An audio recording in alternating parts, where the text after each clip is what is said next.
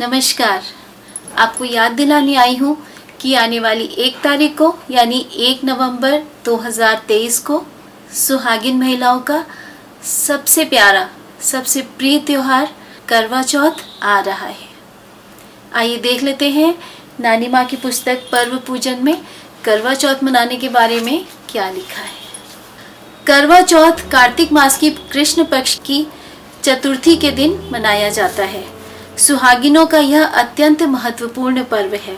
इस दिन विवाहित महिलाएं अपने सुहाग की रक्षा तथा दीर्घायु की मंगल कामना के लिए मां करवा की पूजा व अर्चना करती हैं। इस पर्व को सुहागिनों का त्योहार, चूड़ियों का त्योहार तथा कर्क चतुर्थी व्रत भी कहा जाता है। यह व्रत सौभाग्य, सुख तथा संतान देने वाला माना जाता है। करवा चौथ के दिन सुहागिनें चंद्रमा के उदय होने तक निर्जल उपवास रखती हैं तथा दिन भर पूजा और अर्चना की तैयारी में व्यस्त रहती हैं। व्रत करने वाली स्त्रियां प्रातःकाल नहा धोकर आचमन करके पति, पुत्र, पौत्र तथा सौभाग्य की इच्छा का संकल्प कर व्रत आरंभ करती हैं। इस व्रत में शिव पार्वती, चंद्रमा तथा गणेश कार्तिकेय की पूजा विशेष रूप से की जाती है। शिव पार्वती का पार्थिव पूजन अर्थात मिट्टी से मूर्ति बनाकर भी किया जाता है। सायकाल विवाहित महिलाएं सुंदर वस्त्र, परंपरागत लहंगा, चूनर, आभूषण तथा सुहाग दीप जलाकर सुहाग संबंधी वस्तुओं से सज धज कर करवा का पूजन करती हैं। स्थानीय मान्यताओं एवं पारिवारिक परंपराओं के अनुरूप ही करवा की पूजा की जाती है। सामान्य रूप से लकड़ी के पीठे पर मिट्टी की वेदी बनाकर शिव, पार्वती, गणेश, कार्तिकेय, चंद्रमा की प्रतिमाओं के साथ साथ सुहाग के सांकेतिक शुभ चिन्हों जैसे बिछिया, चूड़ी आदि के चित्र भी अंकित किए जाते हैं। कहीं कहीं पर दीवार पर पहले गोबर से लीपकर यह प्रतिमाएं तथा चिन्ह बनाए जाते हैं। सायकाल चंद्रमा के उदय होने तक विभिन्न प्रकार के पकवान बनाकर विशेष रूप से कच्चे चावल के तथा अन्य सभी पूजन सामग्री तैयार कर ली जाती है। पूजा में मिट्टी के 2 करवे रखे जाते हैं, जिनमें एक गौर का, दूसरा पूजा करने वाली सुहागिन का होता है। गौरी के नाम के करवे में पानी तथा अपने करवे में चावल, गेहूं, चूरा, बताशा, पूड़ी, कचौड़ी, चावल की पिन्नी तथा आसे रखी जाती हैं। करवे में रुपए भी डाले जाते हैं तथा उसकी टोटी में पीले नारियल की 7 सीकें लगाई जाती हैं। पीढ़े पर बनाई गई चौक अथवा प्रतिमाओं का जल, चावल, रोली, सिंदूर, फल व फूल से विधिवत पूजन किया जाता है। गेहूं के दाने हाथ में लेकर व्रत की कथा कही और सुनी जाती है। तत्पश्चात करवे पर रोली की सतिया बनाकर गौर से सुहाग सिंदूर लेती हैं तथा पकवान व मिष्ठान आदि का भोग लगाती हैं। अपने पति के स्वास्थ्य व दीर्घायु की प्रार्थना करते हुए अपने सुखमय जीवन की प्रार्थना करती हैं। प्रचलित रीति के अनुसार रात में छत पर चौक बनाकर पूजा की जाती है और चावल के चंदा, सूरज व आसे बनाकर भोग लगाती हैं। चंद्रमा के दर्शन के लिए बड़ी उत्सुकता से उसकी बाट जोही जाती है। उनके दर्शन भी या तो पानी भरे थाल या फिर छलनी के द्वारा किए जाते हैं। चंद्रमा को देखकर अत्यंत प्रसन्नता व उल्लास के साथ गौर के करवे के जल से उसे अर्घ्य दिया जाता है। पति को परमेश्वर के रूप में उनका मुख देखकर उनके चरण स्पर्श कर अपने को धन्य मानती हैं। इसके पश्चात अन्य सभी बड़ों के चरण स्पर्श कर उनका आशीर्वाद लिया जाता है। इस कार्यक्रम के उपरांत ही वह अन्न व जल ग्रहण करती हैं। करवा चौथ के दिन कुछ विशिष्ट भोज्य पदार्थ भी बनाए जाते हैं। खाने में कच्चे पक्के दोनों प्रकार के भोजन बनाए जाते हैं। पूड़ी कचौड़ी के अतिरिक्त हरी उड़द की दाल, दही बड़े, चावल, चने के फरे, नया चावल, कढ़ी आदि को विशेष महत्व दिया जाता है। भोजन ग्रहण करने से पूर्व प्रथा के अनुसार भोजन की उपरोक्त सभी वस्तुओं के साथ साथ चंद्रमा की पूजा हेतु बनाए गए चावल भी सम्मिलित कर पहली थाली धोबिन को दी जाती है। आइए अब करवा चौथ की कहानी सुन लेते हैं। करवा चौथ की कहानी। एक राजा एवं रानी थे। उनके एक बेटा बहू व एक बेटी थे। महल में रोज एक साधु भिक्षा मांगने आता था। बहू जब भीख देने जाती तो साधु उससे कहता, सत्य धर्म बढ़े और जब बेटी भिक्षा देने जाती तो साधु कहता रात सुहाग बढ़े। बहू ने यह बात रानी को बताई। रानी ने साधु से पूछा कि आप ऐसा क्यों कहते हैं।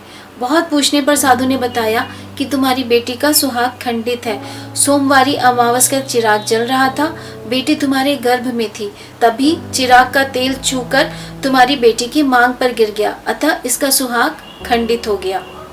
रानी ने पूछा इसका कोई समाधान है क्या, बताइए। साधु ने कहा कि 7 समुद्र पार सोना धोबिन रहती है, यदि वह तुम्हारी बेटी को सुहाग दे तो तुम्हारी बेटी सुहागन हो सकती है। 12 साल तक तुम्हारी बेटी सोना धोबिन के घर का सारा काम काज, चौका बर्तन, झाड़ू पोछा व खाना बनाए और कोई जान ना पाए। यह सुनकर रानी राजा व बेटी के साथ सामान बांधकर समुद्र के किनारे गए। वह बैठकर सोचने लगे कि समुद्र को कैसे पार किया जाए। वे लोग जिस पेड़ के नीचे बैठे थे उस पर एक हंस का जोड़ा रहता था। पेड़ पर ही हंस अपने अंडे रखता था। एक सांप आता और वह अंडे खा जाता था। उस दिन जैसे ही सांप पेड़ पर चढ़ा, राजा ने उसे मार डाला। हंस का जोड़ा जब लौटा तो उसने देखा कि बच्चे चू चू कर रहे हैं। वे बहुत प्रसन्न हुए और उन्होंने निश्चय किया कि पेड़ के नीचे बैठे परिवार से उनकी समस्या पूछकर ही दाना चुकेंगे। उन्होंने राजा से पूछा तो उन्होंने बताया कि उन लोगों को 7 समुद्र पार जाना है, कैसे जाएं। हंस ने कहा कि वह उसकी पीठ पर सामान रखकर बैठ जाए और हंसनी की पीठ पर रानी व राजकुमारी बैठ जाए। हंस के जोड़े ने उन्हें 7 समुद्र पार सोना धोबिन के घर तक पहुंचा दिया। सोना धोबिन के 7 बेटे व 7 बहुएं थी। राजकुमारी सवेरे ही सोना धोबिन के घर का सारा काम काज कर आती और कोई जान भी नहीं पाता था। इसी तरह जब 12 वर्ष बीतने में 2 दिन रह गए तो रानी ने राजकुमारी से कहा कि आज खाने में नमक न डालना। जब सोना धोबिन व उसके परिवार वालों ने खाना खाया तो खाने में नमक नहीं था। सोना धोबिन ने अपनी सभी बहुओं से पूछा तो उन्होंने बताया कि खाना तो उन लोगों ने 12 वर्षों से नहीं बनाया। सोना उन पर नाराज हुई कि खाना अपने आप कैसे बन जाता है, तुम लोगों ने उसे पहले क्यों नहीं बताया। दूसरे दिन सोना ने अपनी उंगली काट ली, जिससे दर्द के कारण उसे रात में नींद नहीं आई। जब राजकुमारी काम करने आई तो उसने उससे पूछा कि वह कौन है और यहाँ क्यों काम कर जाती है। राजकुमारी ने कहा कि यह सब उसकी माँ से पूछो। दूसरे दिन सुबह रानी सोना धोबिन के घर गई और बताया कि उसकी बेटी का सुहाग खंडित है। जब वह सुहाग देगी तभी उसकी बेटी सुहागिन होगी। सोना बोली कि उसने तो हमारे साथ छल किया है। खैर, अब जाओ और बेटी का विवाह तय करो तो मुझे खबर कर देना। 2 चुनरी मंगाना, एक लाल और एक काले रंग की। रानी व राजकुमारी समुद्र के किनारे आए। उन्होंने हंस को याद किया। हंस अपने जोड़े के साथ आया और उन लोगों को सकुशल उनके घर पहुंचा दिया। राजकुमारी का विवाह तय हुआ। सोना धोबिन को खबर गई। सोना धोबिन अपने घर से यह कहकर निकली कि वह शादी में जा रही है। इस बीच उसका धोबी मर जाए तो उन्हें जलाना नहीं, एक कोठरी में बंद कर देना। शादी में आकर सोना धोबिन ने लाल चुनरी ओढ़ी और राजकुमारी को काली चुनरी ओढ़ाई। जैसे जैसे सोना धोबिन उसे सुहाग देती गई, उसकी लाल चुनरी काली हो गई और राजकुमारी की काली चुनरी लाल होती गई। उधर सोना धोबिन के धोबी की मृत्यु हो गई। सोना धोबिन ने राजा से कुछ नहीं लिया, केवल मिट्टी की हांडी ली। हांडी लेकर वह जल्दी जल्दी अपने घर की ओर चल दी। रास्ते में उसने देखा कि एक जगह बहुत सी औरतें पीपल के पेड़ पर पानी चावल से पूजा कर रही हैं। सोना ने उनसे पूछा कि वह क्या कर रही हैं, तो उन लोगों ने बताया कि यह सुहाग की पूजा कर रही हैं। सोना के पास कुछ और तो था नहीं, उसने हांडी की ही 114 गिटकी बना ली और एक एक कर पेड़ पर चढ़ाने लगी। जैसे जैसे वह गिटकी चढ़ाने लगी, धोबी का जीवन लौटने लगा। जब सोना ने 114 गिटकी चढ़ा ली तो धोबी जीवित हो गया और भोजन मांगने लगा। घर वालों ने सोचा कि धोबी प्रेत हो गया है, अतः उन लोगों ने कोठरी का दरवाजा नहीं खोला। सोना धोबिन जब घर पहुंची तो उसने कोठरी खोलकर धोबी को बाहर निकाला, नहलाया धुलाया और उसे भोजन करवाया। इस प्रकार राजकुमारी भी सुहागिन हो गई और सोना धोबिन भी पुनः सुहागिन हो गई। तब से शादी ब्याह के अवसर पर धोबिन से कन्या को सुहाग दिलाने की प्रथा चल पड़ी है। जैसे उनके दिन बहुरे वैसे सबके दिन बहुरे। करवा चौथ की कहानी 2। प्राचीन काल में द्विज नामक ब्राह्मण के 7 पुत्र व 1 पुत्री थी। पुत्री का नाम वीरावती था। भाइयों की अकेली बहन होने के कारण वीरा सबकी बड़ी लाडली थी। वह भी अपने भाइयों पर फूली नहीं समाती थी। भाइयों ने बड़े हौसले से बहन का ब्याह किया। सभी भैया व भाभियों ने जी भरकर दान दहेज दिया। ब्याह के बाद करवा चौथ का व्रत पड़ा। उस दिन वह अपने मैके में ही थी। वीरावती प्रथम व्रत के दिन भूख प्यासे व्याकुल होकर बेहोश होकर पृथ्वी पर गिर पड़ी। सब भाई यह देखकर बहुत उदास और दुखी हुए। वह जानते थे कि जब तक वह चंद्रमा के दर्शन नहीं करेगी तब तक वह उपवास नहीं तोड़ेगी और उपवास तोड़ने के उपरांत ही उसकी मूर्छा दूर होगी। आखिर एक भाई को बहन से इस प्रकार देखा न गया। उसने जल से बहन का मुंह धुलाया और सीढ़ी लगाकर वट के वृक्ष पर चढ़ गया। उसने पेड़ के पीछे से छलनी से ढककर जलता हुआ दीपक दिखाया। इधर सभी भैया लोगों ने शोर मचाना शुरू कर दिया कि चंद्रमा निकल आया। उस अग्नि रूप को चंद्रमा समझकर वीरावती उसको अर्घ्य देकर भोजन करने बैठ गई। खाना आरंभ करते ही पहले कौर में बाल निकल आया, दूसरे कौर में छींक हो गई और तीसरे कौर में ससुराल से तुरंत आने का बुलावा आ गया। वह तुरंत अपने ससुराल आई तो देखा कि उसका पति मृत स्थिति में वहां पड़ा है।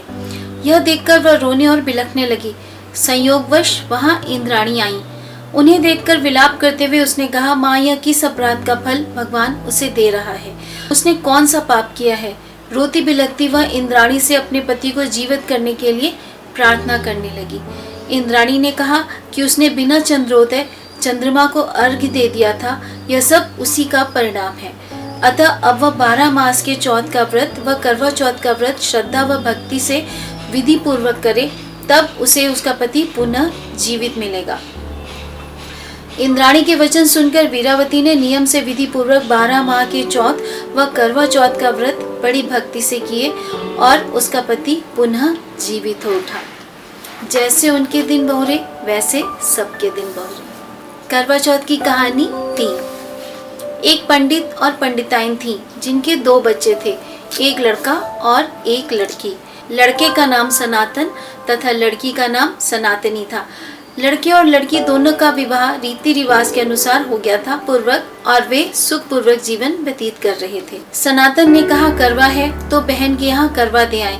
चूरा, गट्टा, लड्डू, बताशा और साड़ी, ब्लाउज और गड़ुआ लेकर वे गए। बहू ने कहा कि जल्दी आ जाना, आज हम भी करवा का व्रत है। जब तुम आओगे तभी हम पूजा करके पानी पिएंगे और खाएंगे। सनातन ने कहा कि हम जाएंगे और जल्दी आ जाएंगे, तुम परेशान ना होना, पूजा की सब तैयारी रखना। उन्हें लगा कि देखे यह भूखी रहकर व्रत करती है या फिर ऐसे ही हमको दिखावा कर रही है। जल्दी ही लौट कर आ गए और एक कोने में छिपकर बैठ गए। बहू को पता ही नहीं चला कि कब वह करवा देकर वापस आ गए। बहू ने क्या किया, जल्दी जल्दी गई, पहले पूड़ी बनाकर खाया, फिर कुदई के चावल बनाकर खाए, फिर देखा अभी नहीं लौटे तो मछली का खाना बनाकर खाया, फिर गन्ना चूसा, फिर परिया भर गेहूं भूनकर खाया। जब शाम होने लगी तब अपने पति पर नाराज होने लगी। इतनी देर हो गई अपनी बहन के यहाँ बैठे हैं, हमारा ख्याल ही नहीं है कि हम भी भूखे प्यासे बैठे हैं। फिर थोड़ी देर बाद जब पति आए तब उन पर गुस्सा होने लगी। तो उन्होंने कहा, भाई हम तो आ गए, अभी चांद भी नहीं निकला है, तुम पूजा करो, बस मैं हाथ पैर धोकर आया। खाना पीना बनाकर पूजा का सब विधि पूर्वक सामान लगाकर पूजा करने बैठी। तब अपने पति से कहा कि कहानी कहो।